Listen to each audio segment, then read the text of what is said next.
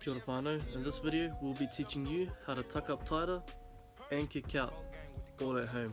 Let's go. So one thing we recommend doing are V-sits. You want to lie flat on your back and then tuck up into a V, just like a Manu.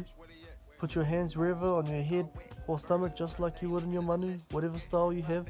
And then as you go back to the ground, you want your feet and back to touch the ground at the exact same time.